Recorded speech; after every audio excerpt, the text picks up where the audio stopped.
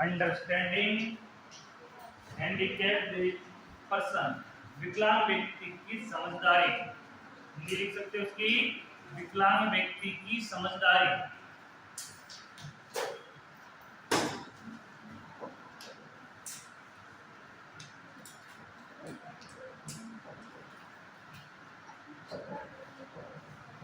Understanding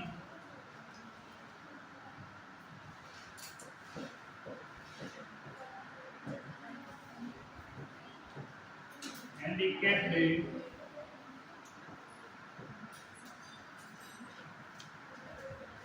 person,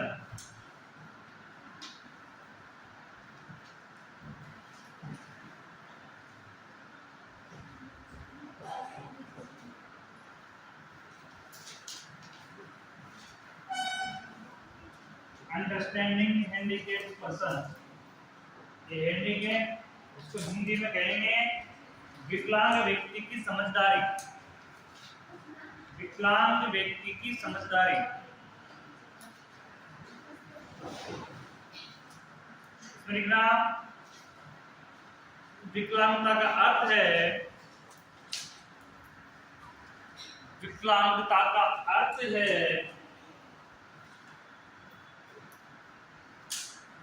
असमर्थता के कारण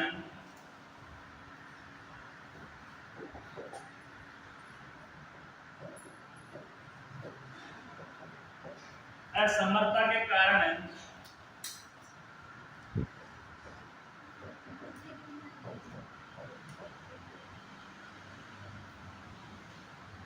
किसी व्यक्ति द्वारा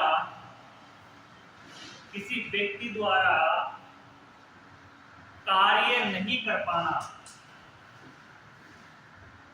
असमर्थता के कारण किसी व्यक्ति द्वारा कार्य नहीं कर पाना।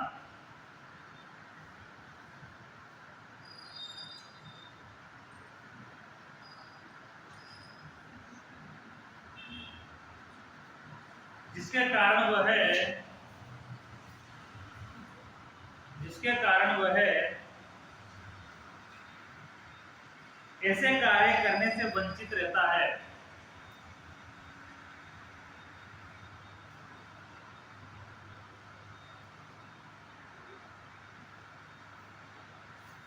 लेकिन एक चीज याद रखना कि जैसे नॉर्मल व्यक्ति जो कार्य कर सकते हैं वो कार्य को नहीं कर सकता है, विकलांग व्यक्ति नहीं कर सकता है। तो जो कार्य वो करना चाहता है लेकिन कर नहीं पाता तो हमेशा क्या रहता है, उससे वंचित रह जाता है।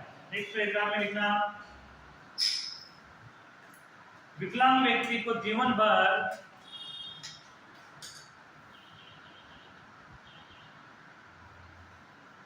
विकलांग व्यक्ति को जीवन भर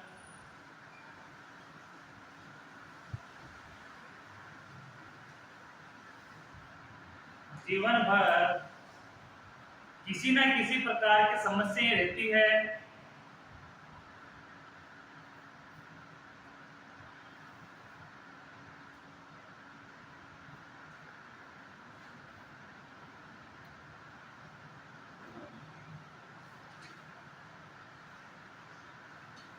अतः इसलिए विकलांग व्यक्ति को स्वयं समझना चाहिए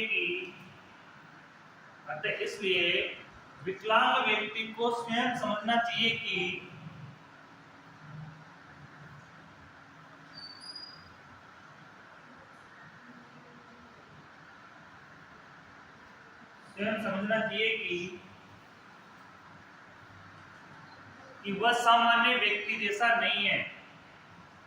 कि वह सामान्य व्यक्ति जैसा नहीं है,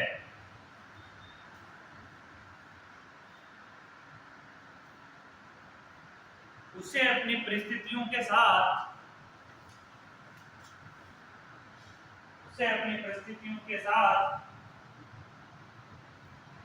समझौता करना चाहिए।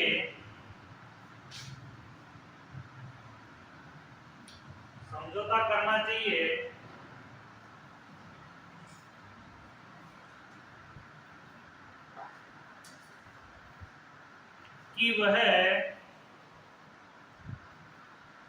सामान्य व्यक्ति जैसा कार्य नहीं कर सकता है, कि वह सामान्य व्यक्ति जैसा कार्य नहीं कर सकता है।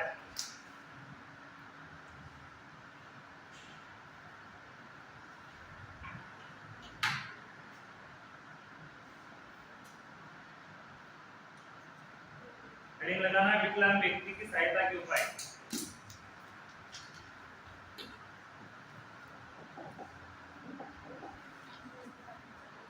विकलांग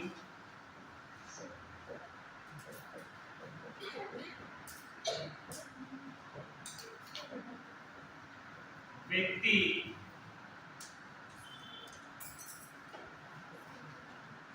की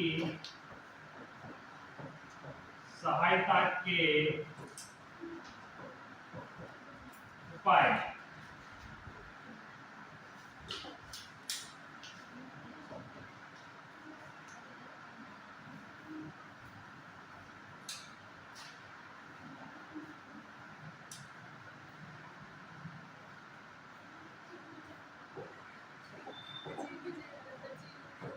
फर्स्ट लिखना पेंशन, पेंशन स्कीम,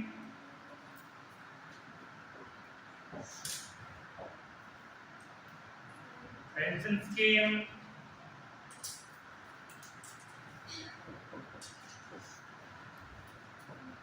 पेंशन की व्यवस्था।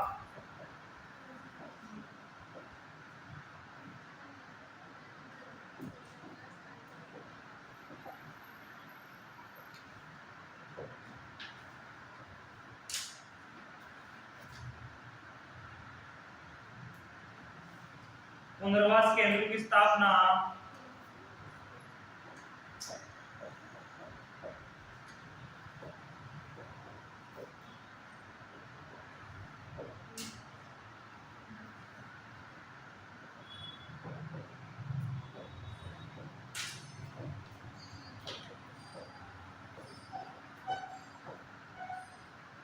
पुनर्वास केंद्र की स्थापना,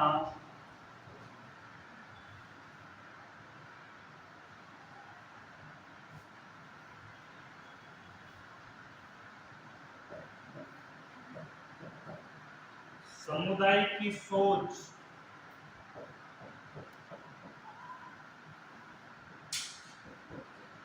में परिवर्तन,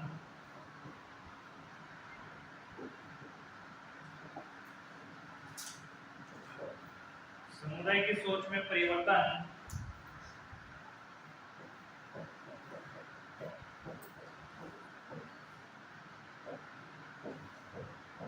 प्रोत्साहित करना,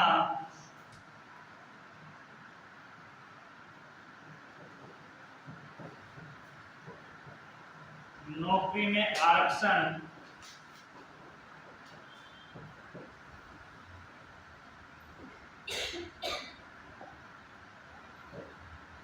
नौकरी में आरक्षण,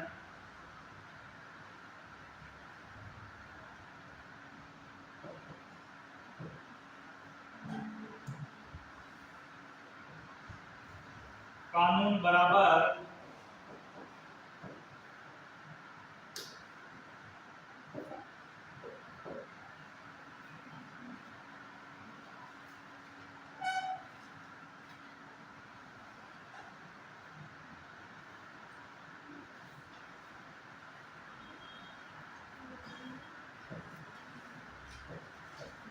आवश्यक उपकरण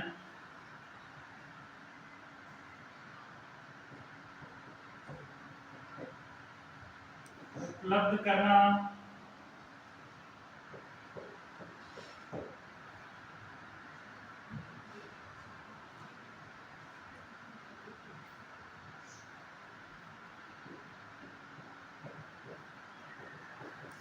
समुदाय में स्थापित करना।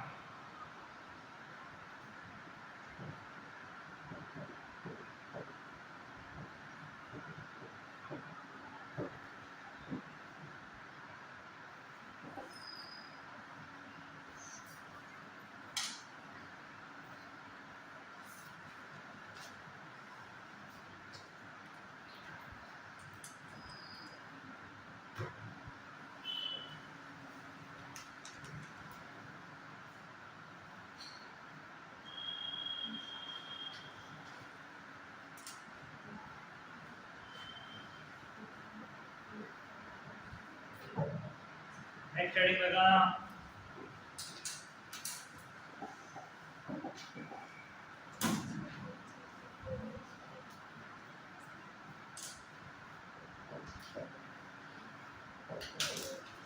helping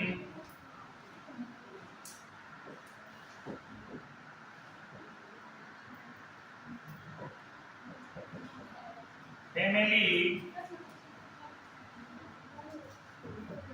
to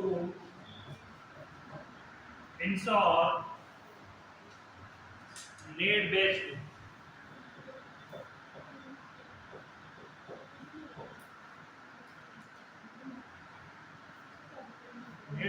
care.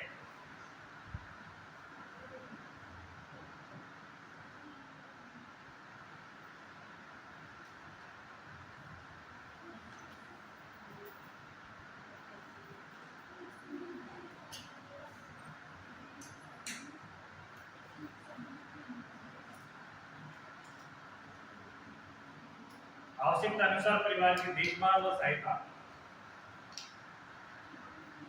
आवश्यकता अनुसार परिवार की देखभाल व सहायता।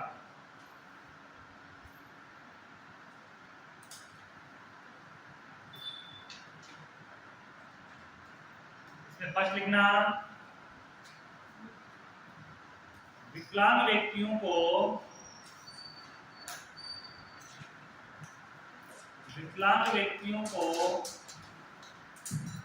परिवार के साथ कुशल रहना चाहिए।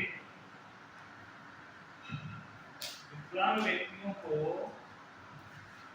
परिवार के साथ कुशल रहना चाहिए।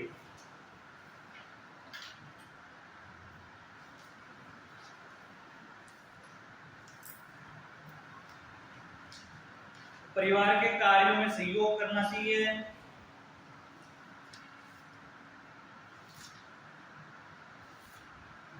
परिवार के कार्यों में सहयोग करना चाहिए।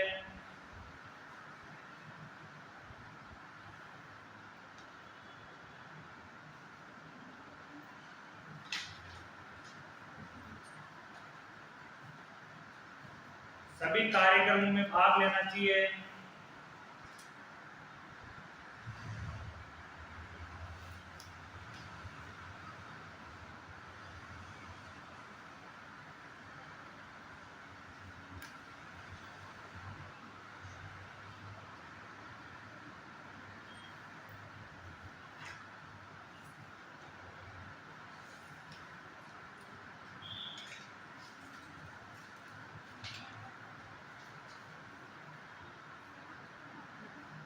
जैसे त्योहार, शादी,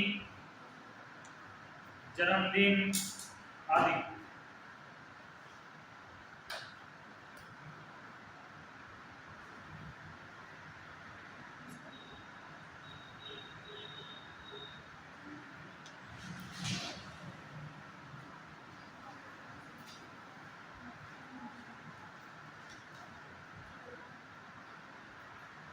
जीवन की वास्तविकता को समझना चाहिए। जीवन की वास्तविकता को समझना चाहिए।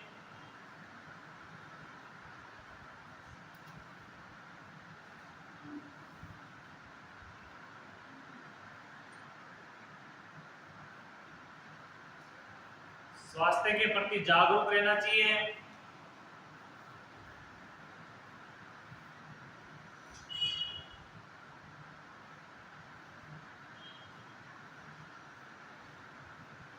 परिवार के साथ रहना चाहिए।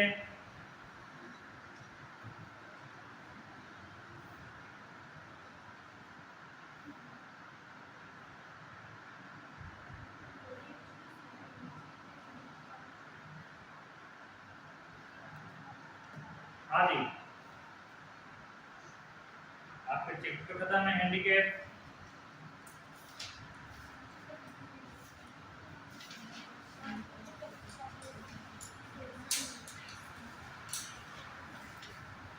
इसके बाद अपना अगला चैप्टर है, अगला सेशन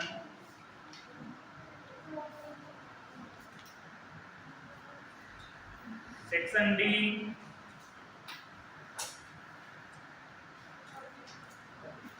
नेक्स्ट सेक्शन है सेक्शन डी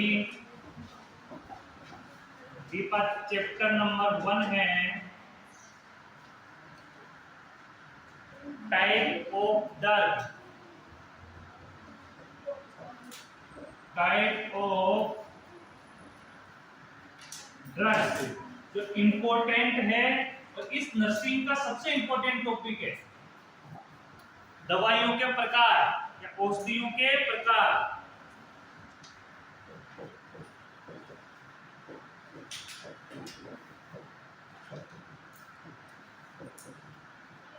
औषधियों के प्रकार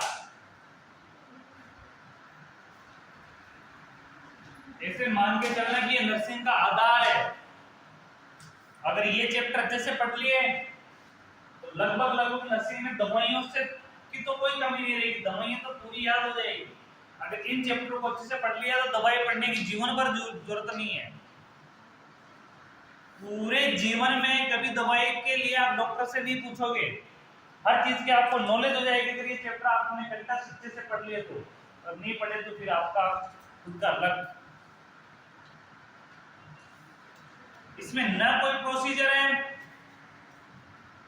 नहीं किसी प्रकार की कोई अभिक्रियाएं हैं, नहीं किसी प्रकार की थ्योरी है। ओनली नाम याद रखने, दवाइयों के नाम याद रखने की कौन सी दवाई कौन सी बीमारी में दी जाती है, कौन सी दवाई कौन सी जगह दी जाती है, कौन सी दवाई का उपयोग क्या है, यूज क्या है, इसके लिए यूज करते हैं, उसके साइड इफेक्ट कौन कौन से हैं, कौन कौन सी जगह अपन उसको दे सकते हैं, कौन कौन से स्थान पर अपन नहीं दे सकते, कौन कौन सी दवाइयों को मिक्स में अपन दे सकते हैं, कौन कौन सी दवाइयों को अपन एक साथ नहीं दे सकते।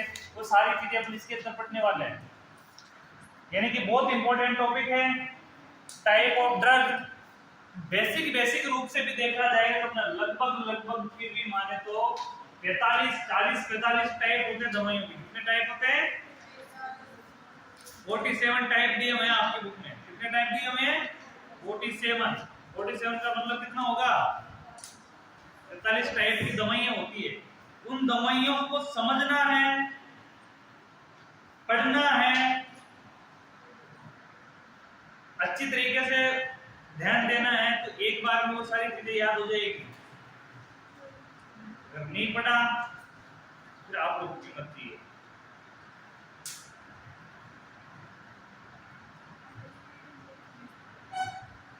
सबसे पहले हेडिंग लगाओ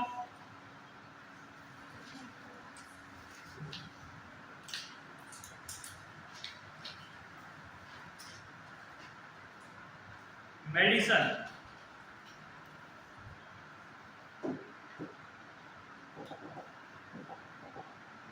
फर्स्ट हेडिंग लगाओ इसमें मेडिसन।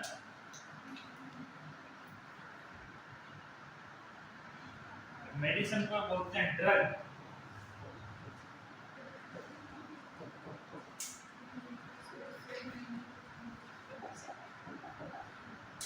मेरे पास नहीं।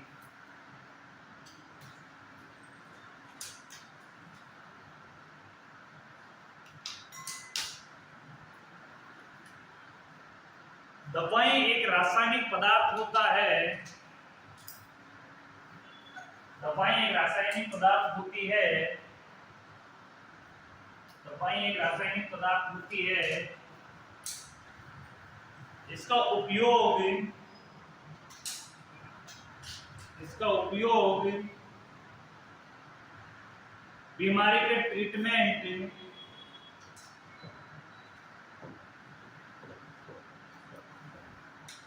प्रिवेंशन,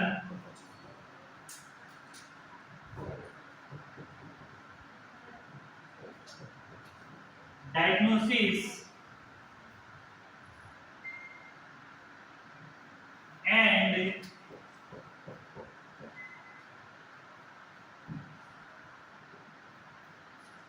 हेल्थ प्रमोशन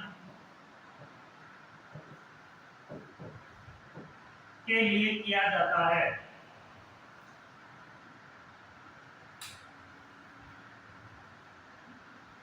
दवाई एक रासायनिक पदार्थ होती है जिसका उपयोग treatment, prevention, diagnosis and health promotion के लिए की जाती है।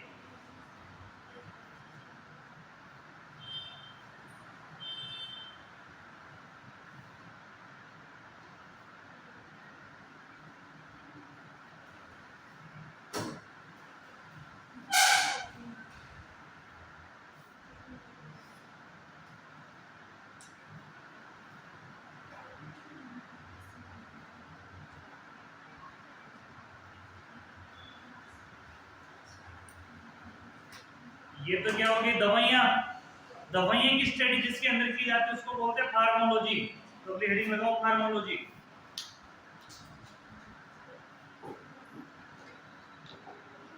सेकंड हेडिंग लगाना फार्माकोलॉजी।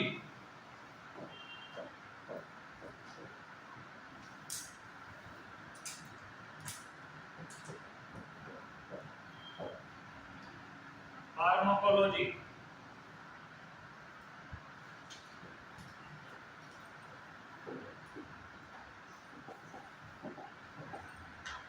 फार्माकोलॉजी में लिखना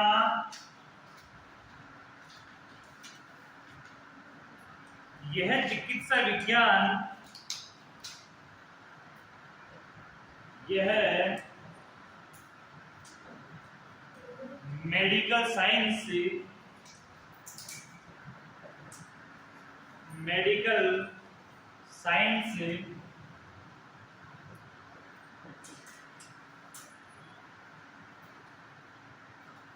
की वह शाखा है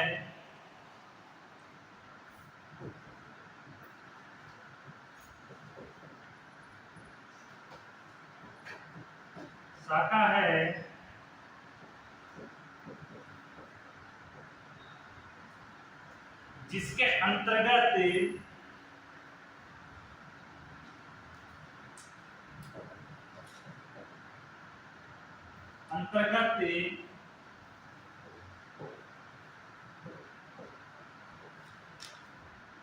विभिन्न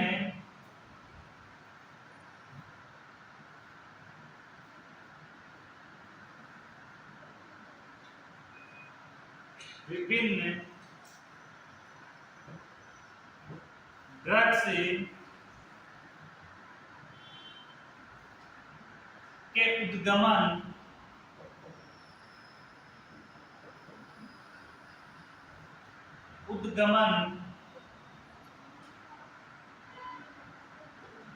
स्रोत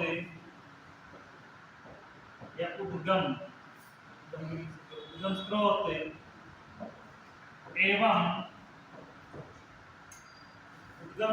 एवं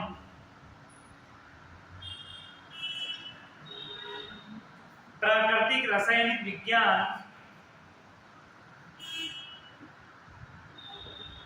प्रकृति रासायनिक विज्ञान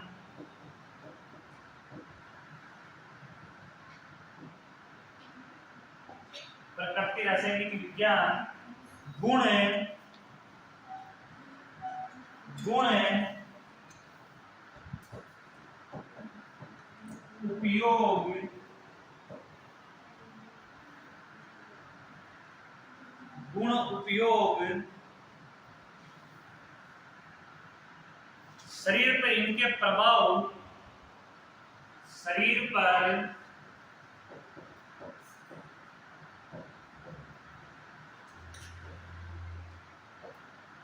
इनके प्रभाव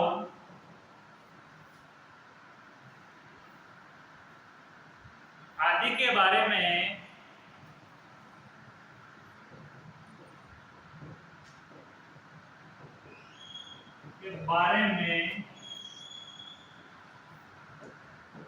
अध्ययन किया जाता है।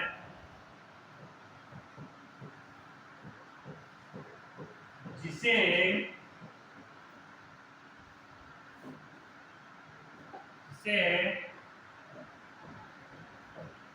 फार्माकोलॉजी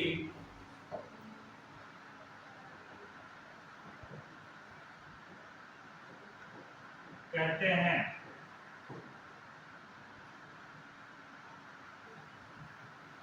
जैसे बायोलॉजी, जूलॉजी जैसे साइंस की पद्धतियां हैं। बायोलॉजी के अंदर माइक्रोब के बारे में, जूलॉजी के अंदर इसकी स्टडी करते हैं, जानवरों के बारे में पढ़ते हैं, बॉटनी में पादप विज्ञान पढ़ते हैं। ठीक है, इसी प्रकार जिस विज्ञान की जिस पद्धति के अंदर दवाइयों के बारे में पढ़ा जाता है उसको क्या कहते हैं? फार्माकोलॉजी। क्या कहते हैं उसको? फार्माकोलॉजी। तो फार्माकोलॉजी यानी कि जहां दवाइयों को स्टोर करके रखते हैं उसको बोलते हैं फार्मेसी। क्या बोलते हैं? फार्मेसी। फार्मेसी मेडिकल जो लगी हुई है ना साहब बाहर, इन मेडिकलों को साइंस में क्या कहेंगे? फार्मेसी। फार्मेसी के अंदर दवाइयां स्टोर की जाती है। फार्मेसी के अंदर क्या स्टोर की जाती है? दवाइयां स्टोर। दूसरी चीज की मैं फार्मेसी की पद्धति बताऊं आपको। फार्मेसी की जो दवाइयां का जो मेडिकल स्टोर है, इसकी जो पद्धति है, आपको एक चीज का पता होगा कि जैसे दवाइयों का नाम आता है, डायरेक्टली हम वहां पे जाके उस डब्बे को पकड़ लेते हैं, वो दवाई निकाल लेते हैं। ऐसा क्यों? ऐसा कैसे हो सकता है? अरे पूरी मेडिकल शॉप दवाइयों से भरी हुई है, फिर भी अपन पर्ची देते हैं।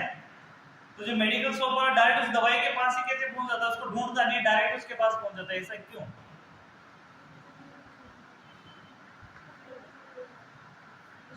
ऐसा क्यों होता है? ऐसा कैसे हो सकता है? इसको हर दवाई की इतनी नॉलेज है कि वो कहां कौन सी दवाई कहां पड़ी है, हो सकती इतनी नॉलेज उसके पास? तो बहुत सारी दवाइयां हैं, लेकिन फिर भी वो उसी जगह पे क्यों पहुंच जाता है? तुरंत क्यों निकाल के देता है दवाई?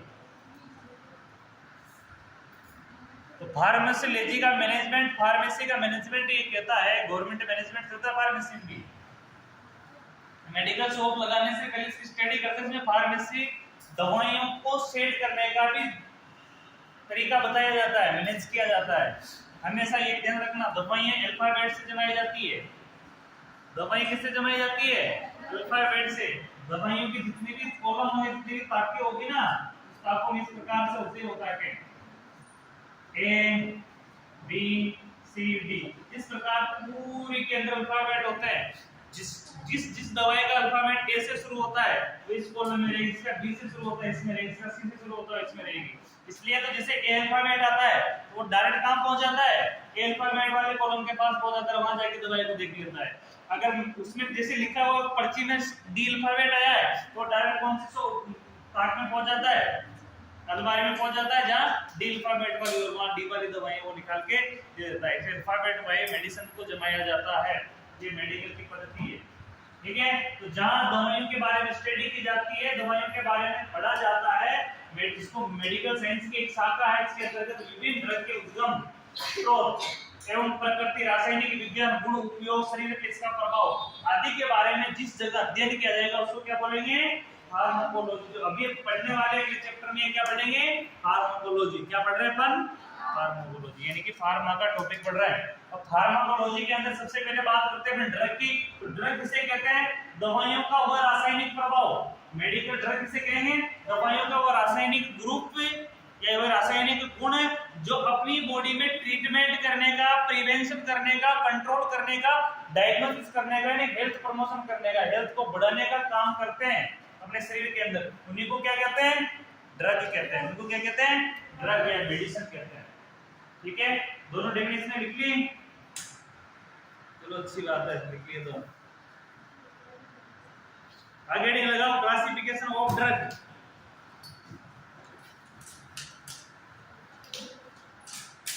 Classification of drug.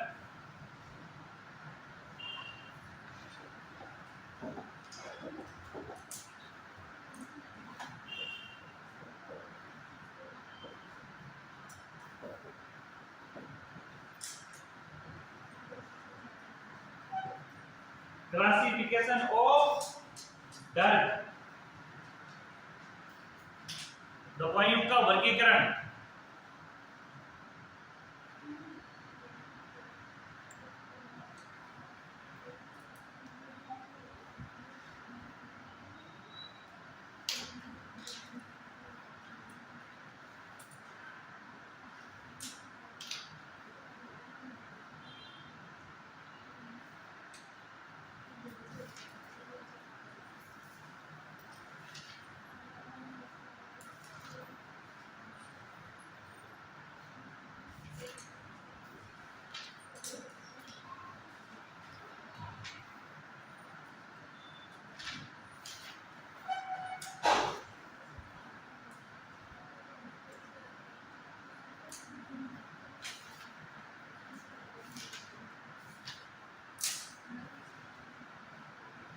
Classification of drug, drug का क्लासिफिकेशन करेंगे तो कितने भागों में ड्रग को बांटा गया था आगे देखना।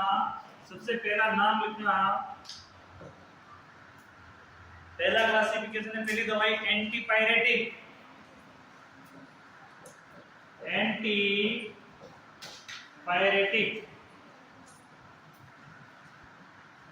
ड्रग,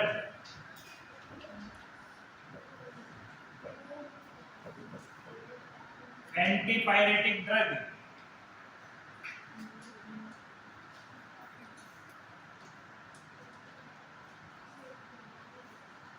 एंटीपायरेटिक ड्रग, पहली दवाई एंटीपायरेटिक ड्रग। एंटीबायोटिक के अंदर लिखना ये दवाइयां, यह ड्रग,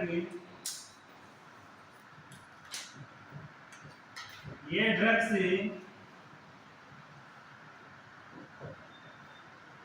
बॉडी टेम्परेचर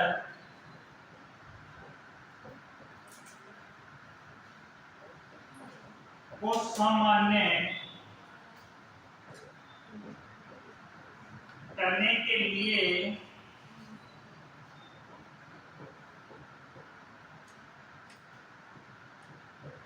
यूज ली जाती है या उपयोग में ली जाती है।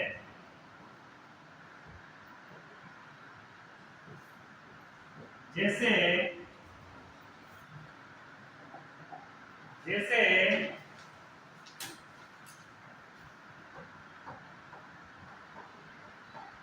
पैरासेटामोल, उसको पीसीएम भी कहते हैं, पीसीएम।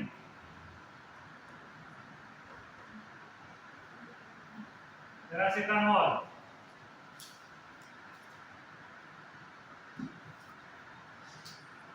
ये कौन सी दवाई है? एंटीबायोटिक। एंटीबायोटिक पढ़ते आ रहे हैं बहुत दिनों से अपन। एंटीबायोटिक क्या काम करती है? ये ड्रग बॉडी टेम्परेचर को सामान्य करने के लिए यूज में ली जाता है, लिया जाता है।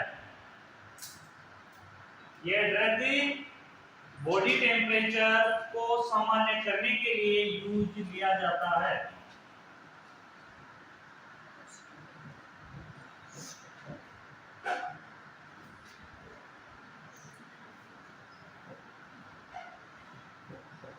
यूज लिया जाता है। जैसे पैरासेटामोल, पीसीएम।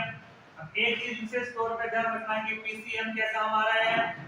पीसीएम किसका रूप है? एंटीबायोटिक का रूप है। एंटीबायोटिक क्या है कि जैसे बुखार में टेम्परेचर बढ़ता है तो उस जगह ली जाती है, बॉडी टेम्परेचर को क्या करता है? सामान्य करने का काम करता है, जिसका नाम क्या है? एंटीबायोटिक। सेकंड लिखना एनाल्जेसिक ड्रग,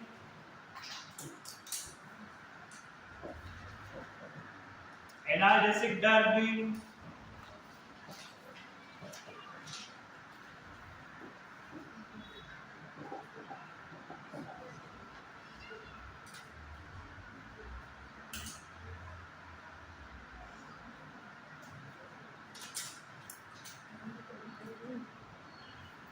यह ड्रग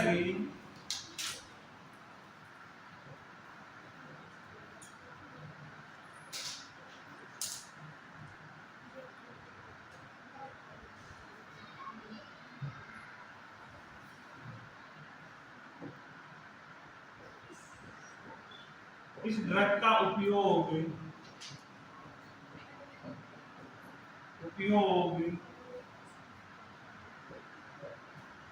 दर्द निवारक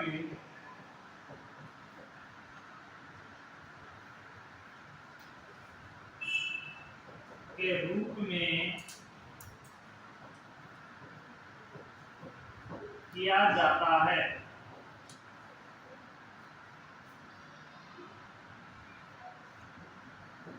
जो पेन को कम करता है।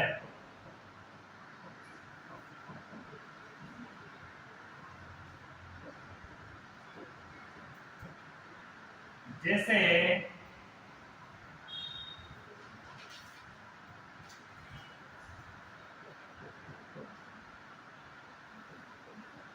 Cyclo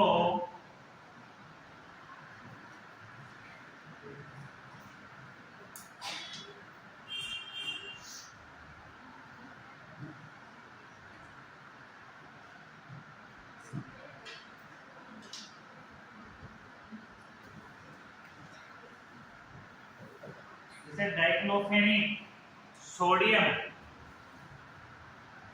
diclofenac sodium,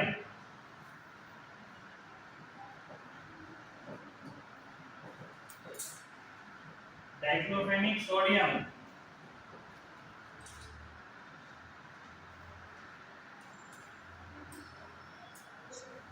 diclofenac sodium, जैसे पेन किलर के लिए ट्रामाडोल वगैरह बहुत सी चीजें दी जाती है, लेकिन कॉमन देने वाली है डाइक्लोफेनिक सोडियम। ये क्या काम आता है? दर्द को कम करने में काम आता है। दर्द निवारक जो दवाएं हैं उसको किस नाम से जानते हैं? एनाल्जेसिक के नाम से। किसके नाम से जानेंगे? एनाल्जेसिक के नाम से। ड्रग देखें तो कौन सा ड्रग है? डाइक्लोफेनिक। नेक्स्ट लिखना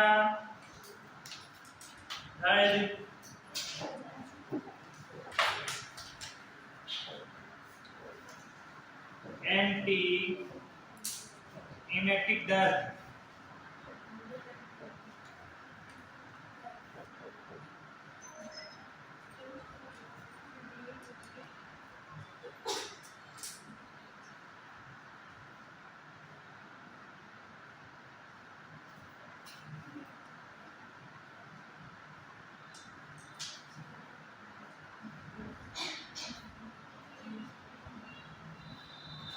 इसमें लिखना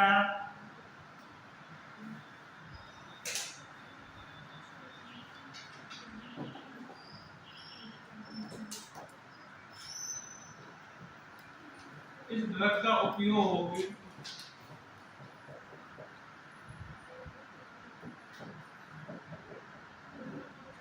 वोमिटिंग की रोकथाम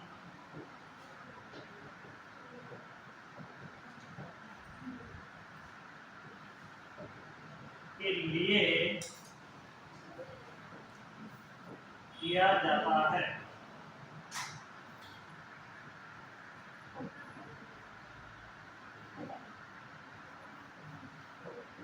जैसे ओंडास्टेरॉन, जैसे ओंडास्टेरॉन, रेगुलेन, यूटीसी।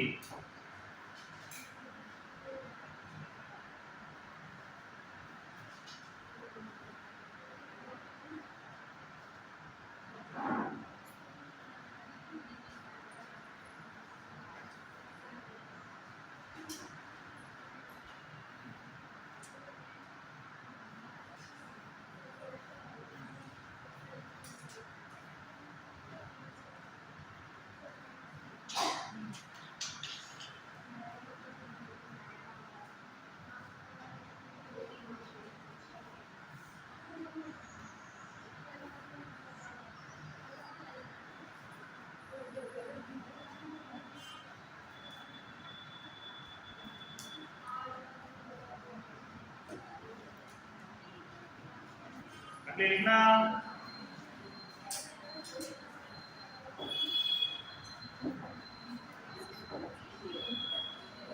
Fourth number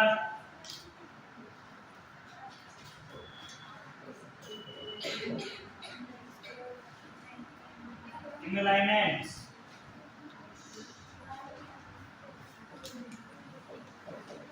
drugs.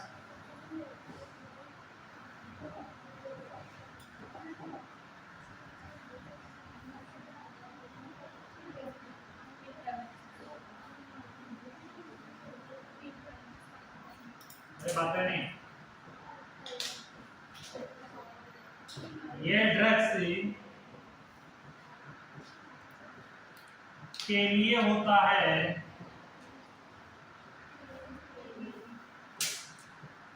जो स्किन को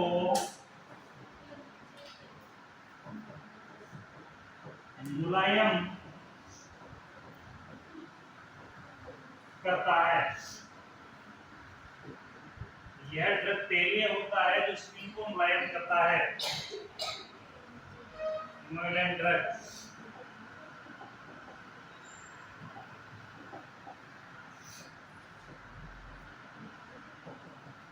जैसे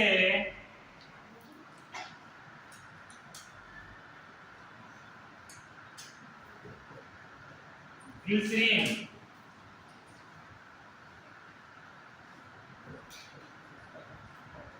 जैसे ग्लिसरीन,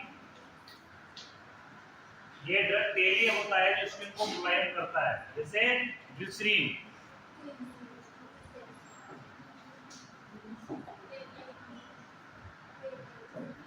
पांचवा लिखना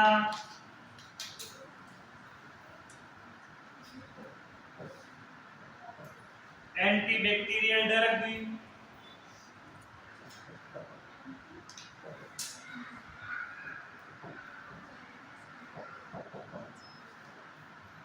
एंटीबैक्टीरियल ड्रग,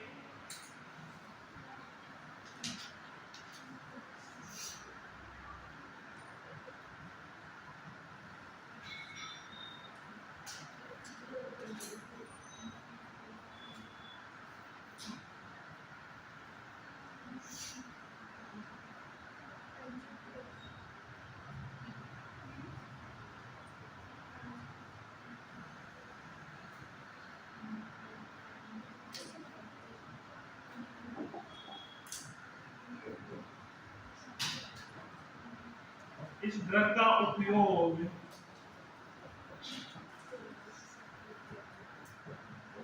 बैक्टीरिया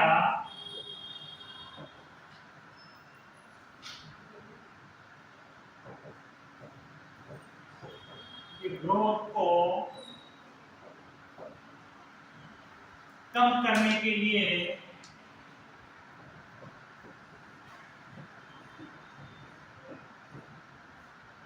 या खत्म करने के लिए किया जाता है। इस ड्रग का उपयोग बैक्टीरिया की ग्रोथ को कम करने के लिए या खत्म करने के लिए किया जाता है।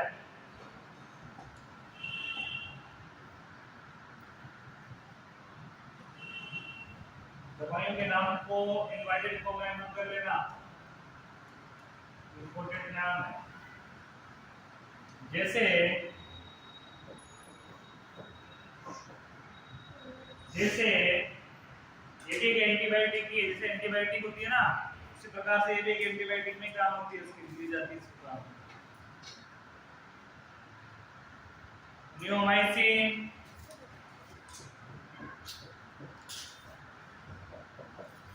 Neomycin,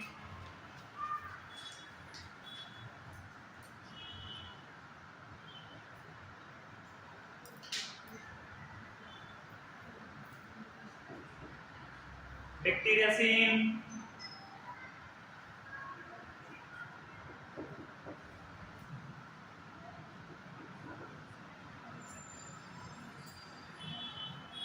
ट्रासिन।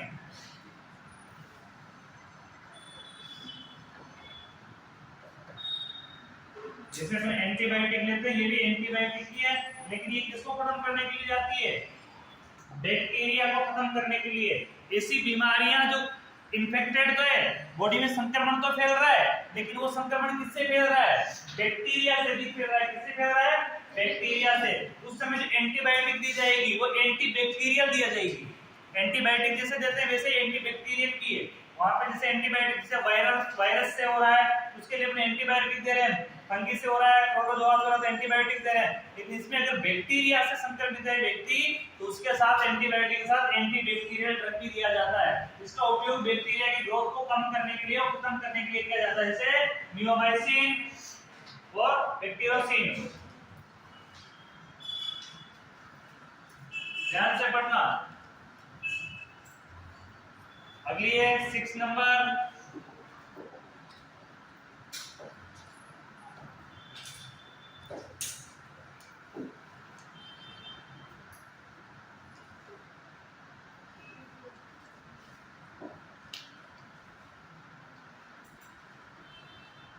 Anti tubercular drug,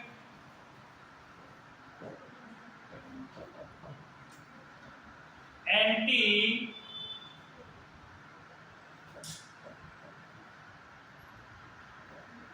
cooler drug,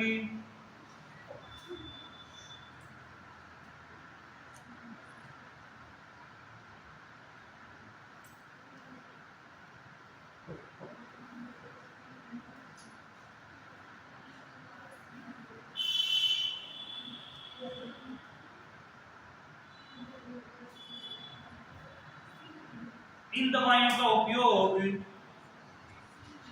इस ड्रग का उपयोग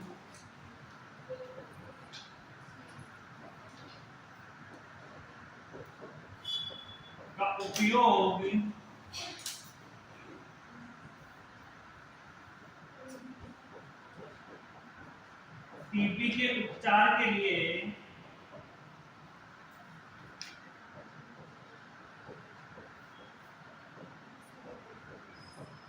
किया जाता है।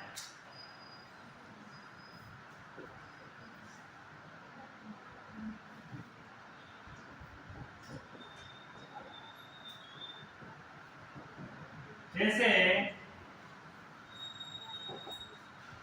टीबी के लिए डोज थेरेपी दी जाती है। कौन सी थेरेपी देते हैं?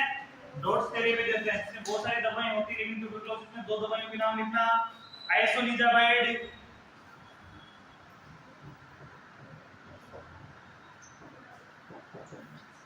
आइसोनिजामाइड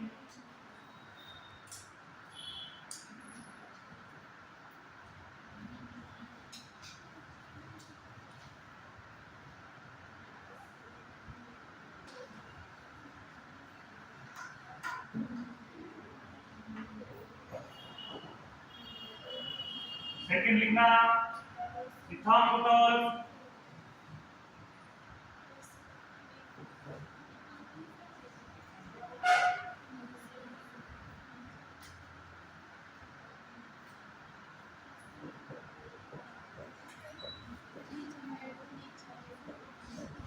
इथामोटोल,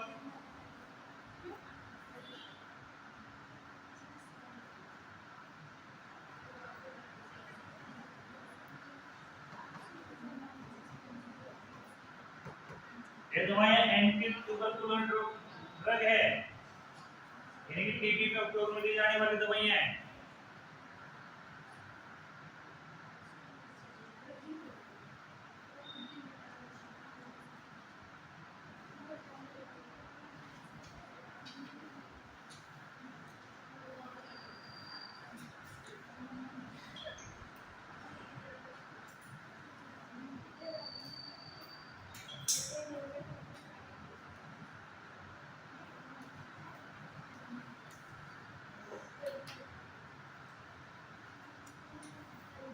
सातवां लिखना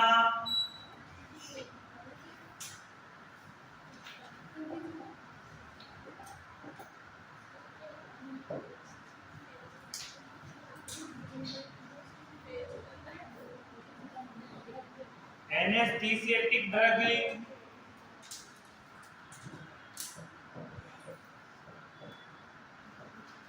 एनेस्थीसिएटिक ड्रग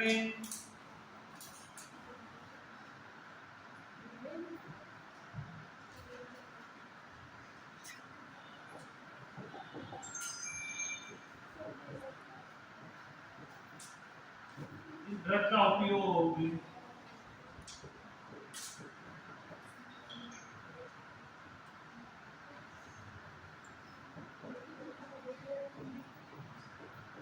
बॉडी पार्ट को शून्य करने या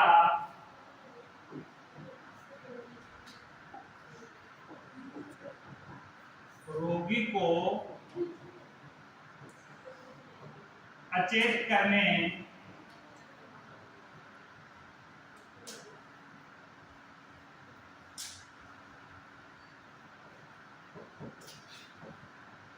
किया जाता है। रोगी को बेहोश करने या उसकी बॉडी पार्ट को शून्य करने में इसका उपयोग लिया जाता है। जैसे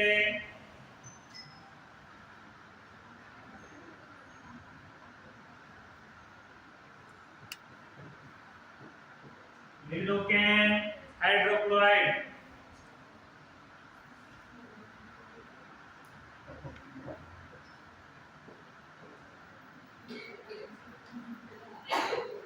हाइड्रो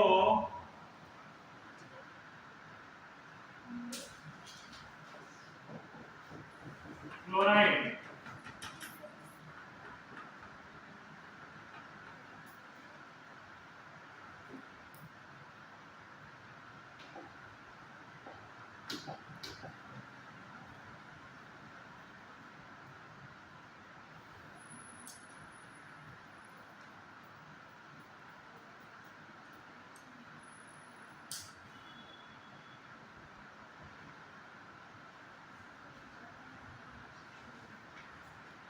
क्या लिखना है, ड्यूरेटिक्स।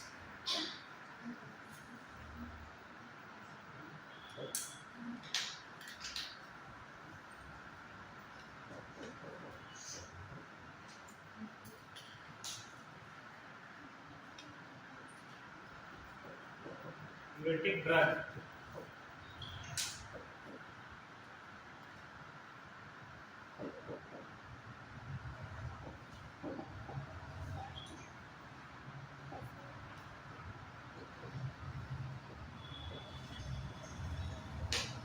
इस ड्रग्स का उपयोग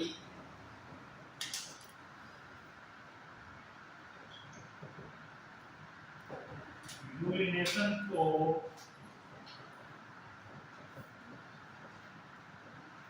बढ़ाने के लिए किया जाता है।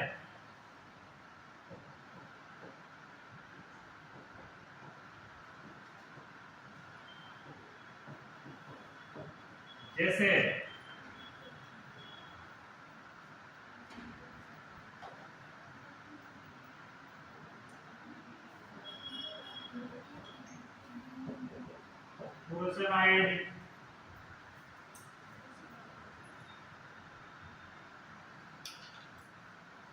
फुरोसेमाइड, इस प्रकार की दवाएं होती है, यूरिनेशन को बढ़ा देती है, यानी कि यूरिन के प्रोडक्शन को बढ़ा देती है। अधिक यूरिन बनने लग जाता है दवा देने के बाद, तो बोलेंगे ड्यूरेटिक्स ड्रग।